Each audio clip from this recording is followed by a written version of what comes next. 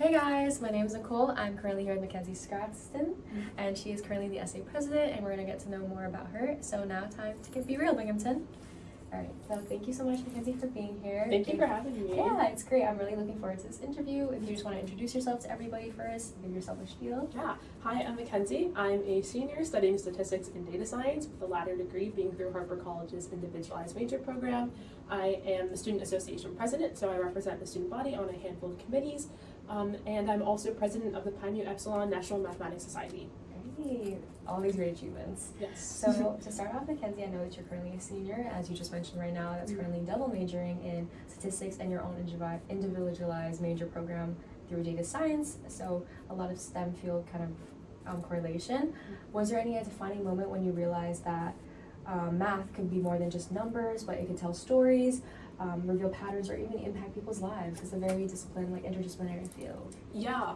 So the summer between my freshman and sophomore year, I participated in what's called a research experience for undergrads. So the National Science Foundation gives money to institutions all across the United States.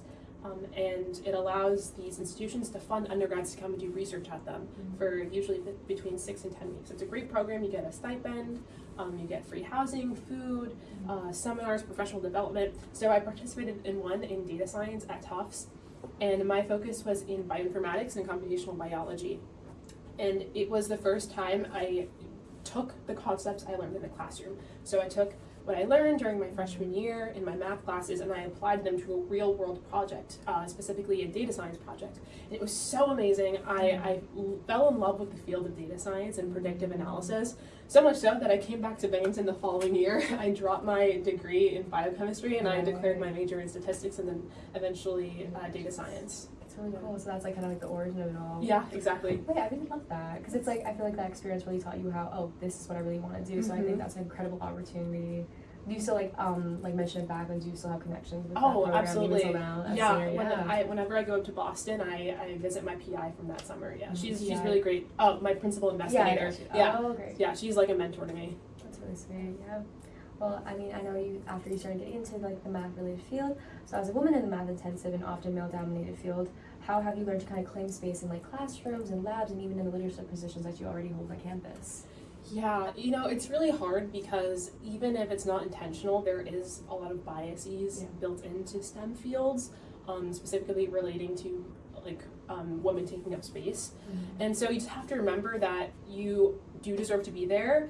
You are intelligent no matter your background, and so I always keep that in mind. I try to vocalize my opinion as much as possible. I took a digital and data studies class last semester called Data and Society, and I really liked it because the whole idea was we read chapters from this book called, I think it was called Data Feminism, or at least that was a theme for the year, and they were all about how to use data to further equity within the world. And it was really interesting to have conversations with my peers, and it was also a great opportunity for me to vocalize my opinion in that male-dominated space. So I purposely put myself in situations where I can vocalize my opinion, and then I do so. And that really helps me feel like I do deserve to be there, because just hearing myself talk sometimes I'm like, wow, like I do know what I'm doing. Yeah. I do deserve to be here. So yeah. Kind of way you can like get over like the imposter syndrome and being exactly. I didn't even know Dida had courses like that. I thought Dida was very just analytically. I didn't think they were going to talk about like the social industry, which is really interesting. It's such a fun class. Great. Yeah, it's really fun. Okay, cool. So just kind of like adding on to that question, even though you answered, how have you ever felt kind of pressure to kind of prove yourself? I think you kind of mentioned like putting yourself in positions where you can vocalize yourself, but just kind of like any situations where you have to like redefine what success looks in those spaces, especially where you can't find people that look like you or that kind of representation is lacking. Yeah, 1,000%. I think almost any person of a diverse gender identity or racial background always understands that there's an added pressure to perform well, because you're not just performing well for yourself, but you're performing well for your people. You're trying to show the world that those who look like you, identify as you, can achieve the same success as everyone else. And so I absolutely feel that pressure, especially when I walk into a room and I'm the only Black woman there. I'm like, okay, I need to show everyone that me, a Black woman, is just as capable as everyone else. So I absolutely feel that pressure. But when success does happen, when I do reach my goals and I do prove that me, a Black woman, can achieve these things, it's so gratifying, and it's promising that for all the people who come after me who look like me and identify like me, they'll be able to achieve the same things. Yeah, so you would use that pressure as like motivation rather than exactly. That's a very way to take into it.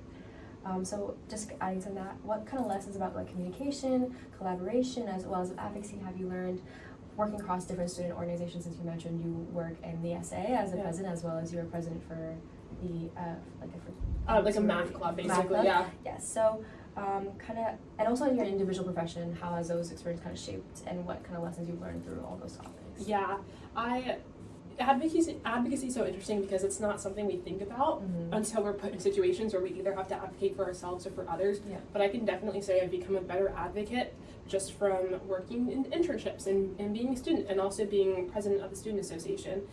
These skills are very valuable, and I'm very glad to have developed them.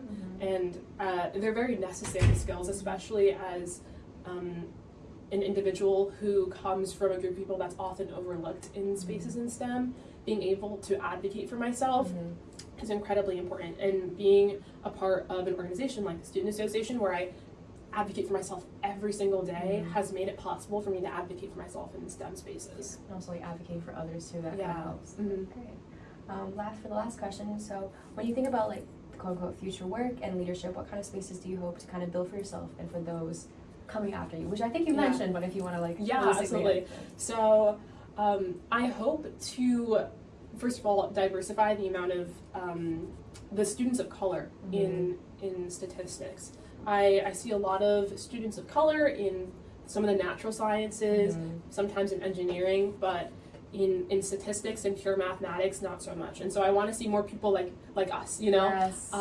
So I hope to carve a path and inspire the students to come after me to pursue statistics. I think a lot of students have just of all backgrounds, have a very difficult relationship with math. You know, it's one of the core subjects you take growing up, and so a lot of students shy away from pursuing a career in it when they get to college because of that difficult relationship they had with it. But I want to show students that you can overcome that relationship and still love the field, even if you didn't necessarily love it in middle school or high school. Yeah, and I hope to see more students of color and women pursuing PhDs in statistics. Absolutely. I think that's great for representation as well as just for like, anytime you see someone doing anything, even that one person in your program, it's honestly inspirational. Yeah. And you being that one person to maybe many people is amazing. Thank you, and you too. Okay, thank you so much, McKenzie. But yeah, that's pretty much it.